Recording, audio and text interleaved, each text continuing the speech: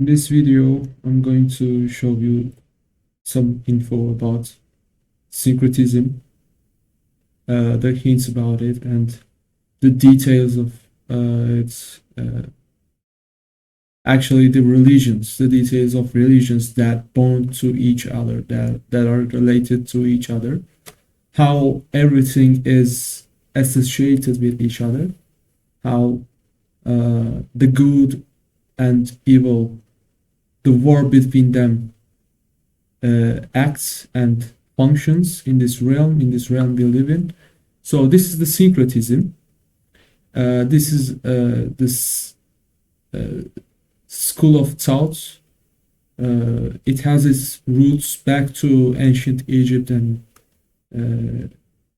to the back. And yeah, I'm going to show you some infos about it. And in this video, I'm in the Instagram page of Julio Castro, Divine, being Divine. Yeah, you see some Egyptology and the informations about Egyptian ancient religion. So we see some photos there. So this is the Solomon's Temple. Here, Divine said it, and you see the signs of each planets, right? Each zodiac, actually, and these are the signs. This is the Venus, and this is, yeah, I don't know all of them, but here are the chakras of our body. Here is a Buddha figure, and the behind of chakras. And this is sun, this is the moon, and this is the flat earth that we are living on. It is stationary and it is not moving. It is the plane of inertia, actually, which is a torus field. So you see, everything is a torus field. Everything is atom. So all is atom, as Santos Bonacci said. So this is our earth, this is our world, and this is our realm that we are living in. So in the comments, you see the 7 heavenly children of light spoke about. So you see the seven figure, the 7 symbolism. Yes, this is the symbolism which we see in almost all religions. 7 chakras, 7 planets, 7, I don't know, zodiacs. Yeah, it goes on like this. You see that in everywhere around the world. So I want to continue on another photograph. So you see there is again in this Egyptology info, you see this figure. This is the scepter, Nekbet and Wadjet, eagle and the snake. These are the symbols in this figure. So this is the Ankh, Egyptian symbol Ankh, and this is a figure for a zodiac, and this is also, I think it's Aries, this scepter. And this is the winnowing flail, Alpha, shepherd's crook, Omega, Alpha and Omega. This is the Alpha and Omega is the basis for they are the basis for atoms functioning system. So here is the higher sun. The Ankh is beneath the horizon, beneath our sight level. So you see that this is the Alpha, this is the flail, and this is the coup. And this is Omega, Shandisk of Egyptian religion. There the sun is lower than its former version. yeah, I cannot talk much about that info because I had to work on it. So yeah. So here is the yeah, Harry Potter symbology. You see in Freemasonry, you see lion and eagle. You see many flags. You see lions, right? Ex- Expectly, like actually, absolutely. How can I say? In Mesopotamian uh, countries,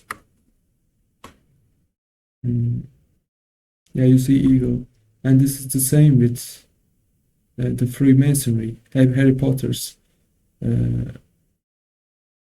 brand or logo, lion and eagle, and you see also snake in this brand. Yes.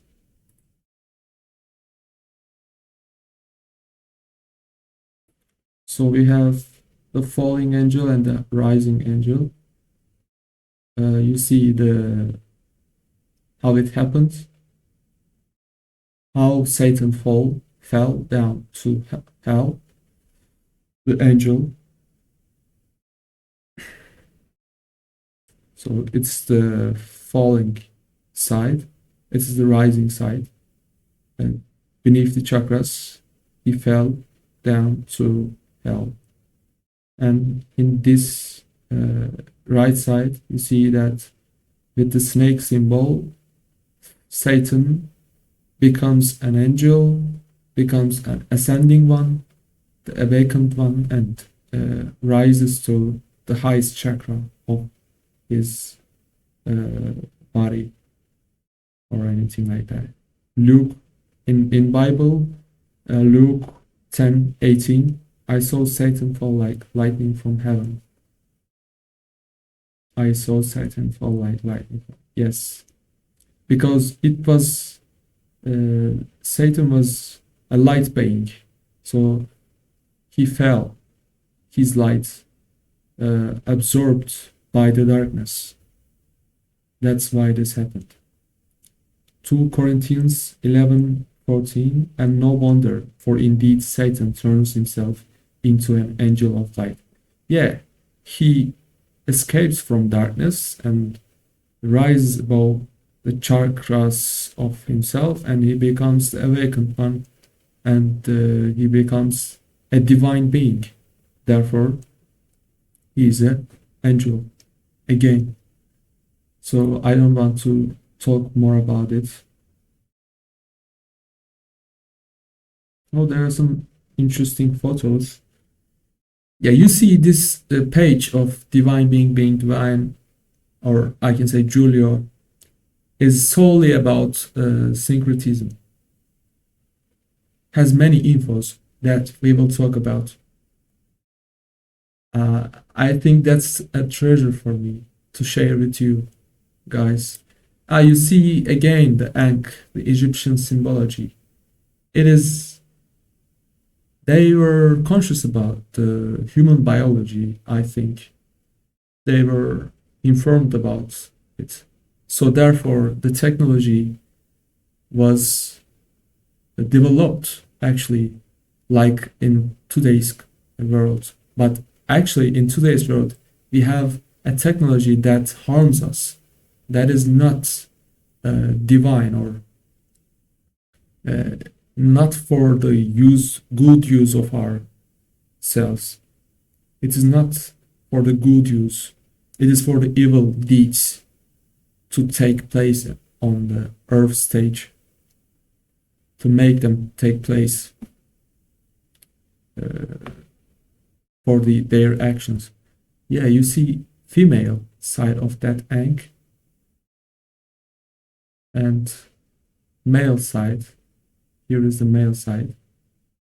It's about also it's about the private areas of female human anatomy and male anatomy, the private areas. it's related to that part of our body. Female and male join to become. This is how male and female, good and evil, is harmonic. It shows the harmony of our beingness. It shows how the system of our realm is perfectly designed, and God's design is how God's design is perfect in that sense. So you see that female organ, reproductory organ, you see how it creates the baby.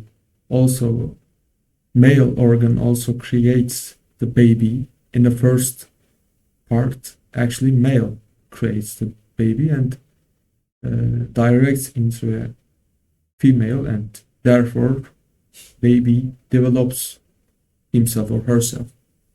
So I don't want to talk more and more about it. So it's again alpha and omega. It is connected. They are connected to each other, male and female, good and evil. They always have to be with each other. So therefore, the existence can exist. The materialism, the matter can exist in this realm. So it's the basis of the material or the matter. Actually, it's a prototype of our system. Prototype, yes. Alpha, omega, and male and female, evil and good. All prototypes. They are all prototypes. So there are videos about Julio's book, Hart's book. Maybe we can watch them, but I don't have much time for this clip, for this video. But let's talk about the relationship to the Taurus field and the Zodiac. Yeah, it's a great video to be more knowledgeable about the Taurus field, as I stated previously in another photo. But we see in this video or Instagram Reels that Taurus field is somehow related to astrology, and how astrology is the main part of which affects our life, the main part of our realm. How it's important, how astrology is related to the Taurus field, and how it's related to our Earth, our world. And that relationship is 12. Oh, yes. 12 symbology is also important. You see, there are 12 constellations of stars in our realm, and it is the perfect design. The 12th design is the prototype of our realm. 12 means the prototype of our realm. You can see in every aspects of your life, in all terms of your life. 12 is very important, so we can continue about it. So I know there's a lot of people that want, sorry if I talked too much, but there to be 13 zodiacs, that really want Ophiuchus to be the 13th zodiac, but I'm sorry, it's not. There's 12 zodiacs. Of course. You see, NASA tries to destroy our knowledge about the system of our world, the Earth. They try to say, they also stated that there are not 7 planets, there are 8 planets. It's, what was they say? It's Neptune or Pluto, I don't know.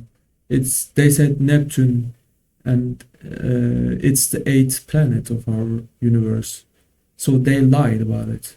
Actually, there are 7 luminaries.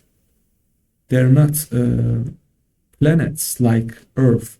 Earth is the only planet that we are living on which is stationary and it's not moving to any place. So there are 7 planets and 12 zodiacs, 12 constellations. So therefore, we should be conscious about this information. If Ophiuchus was a zodiac, let's start here. On the far left are the 48 constellations listed by Ptolemy. These are our 12 zodiacs, each having 3 deacons. 36 plus 12 equals 48. So if you go here and look at Scorpio, you'll see Ophiuchus here. If we separate him out, who replaces Ophiuchus, and then who becomes Ophiuchus's 3 deacons? There's no answer for that because there aren't any. When you look at this between tropical and sidereal astrology, neither one of them paint Ophiuchus into a 13th constellation. When looking from one point, Ophiuchus would be in Sagittarius. When looking from another point, Ophiuchus would be Libra Scorpio, but not its own constellation. You have to understand the ecliptic. You have to understand where the path of the sun and the moon traverse that ecliptic, and then understand the deacons that are placed above and below the ecliptic. It's the sine wave. It is the motion of the universe. We believe that the universe was spoken into creation. Well, in sound, there are 12 semitones in an octave, not 13. Wow, I didn't know it that there are 12 semitones in an octave of musical octave I'm talking about. I'm making research about the 12 symbology, but I haven't heard that idea or fact that an octave has 12 semitones. I expected that actually. I was assuming that. So if there is a perfection in music, so there should be a 12 symbology, and there it is. I'm really shocked. Sorry about that. I'm continuing the video. The 13 is spiritual. It is the sun and 12 houses. It is Christ, 12 disciples. This is the spiritual. It is the essence that is the Christ within us that we have to go within in order to find. That's why in the Bible it says you take away the keys of the kingdom when you don't enter within yourself. So when we break this down into sacred geometry, we have the flower of life. Well, there's 6 petals and then 6 petals on the outside of that. 6 and 6 is 12. There are 6 day houses and 6 night houses, perfect duality. So when you split right down the middle, you have Aries to Libra. Well, Libra is the start of that different polarity. It is the difference between the night and the day. It is the duality built within the universe. Then you go into the Trinity. Well, what is that? Well, we have 4 elements: fire, air, water, and earth. And then those are divided into the 12 houses of the zodiac, giving 3 houses to rule each element. You'll see I have Aries, Leo, and Sagittarius. This is our first completion of our first element because we start at Aries, the head, fire. Well, this is the first completion: fire, fire, fire. Well, it's an equilateral triangle. You can't fit a 13th sign into this. You can't make any of this sacred geometry make sense when you add in a 13th. You'll see here, Yes. when we connect all of our elements together, we have our lotus flower opening up, our illumination of our mind. When you spin all of these triangles, this is the 1,000-petal crown. This is that illumination. These are the 3 points of contact with which is that triad, that trinity. The 13th is spiritual. It's a different dimension of a number. So when we talk about this realm, this physical realm that we see and perceive, Yeah, it works on 12. yeah, it works Plain on and 12. simple. Of course, the 13th is the Christ, actually. But it's not about, Christ is not about our physical realm. the 12 is only about our physical realm. So we can't talk about the 13th one, 13th dimension, because it is our core, our center, the center of being, which is deprived of the physical realm. It is far away from physical realm. It cannot be explained from physical realm because it is the 13th, the Christ. So it is cryptic. Therefore, if we want to talk about our realm that we see, that we hear, that we touch, it is all about 12, not 13. 13th one is the center.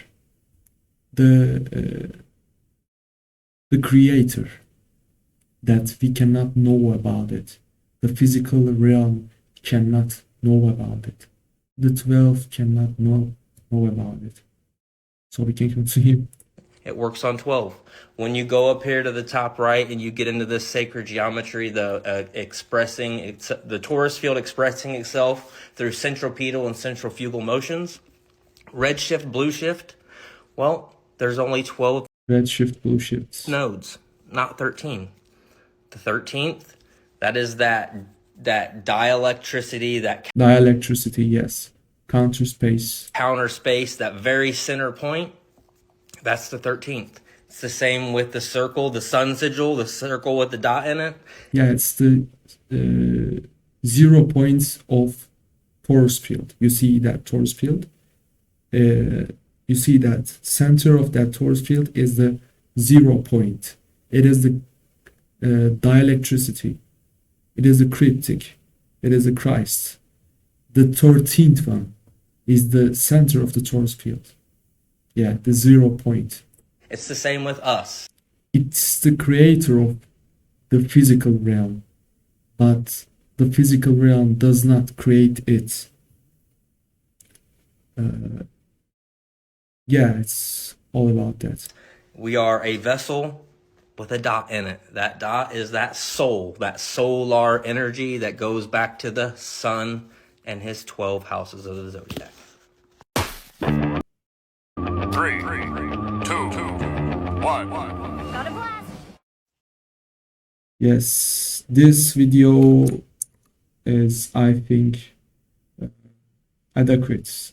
It's enough because it is almost 12 or 25 minutes. This video will last too much. So I don't want to make you guys a bit bored and exhausted when watching this video about syncretism. It's the first video about it. I will continue on this page and there are so many videos about syncretism. So I don't want to take more of your time in this video. See you on the next video.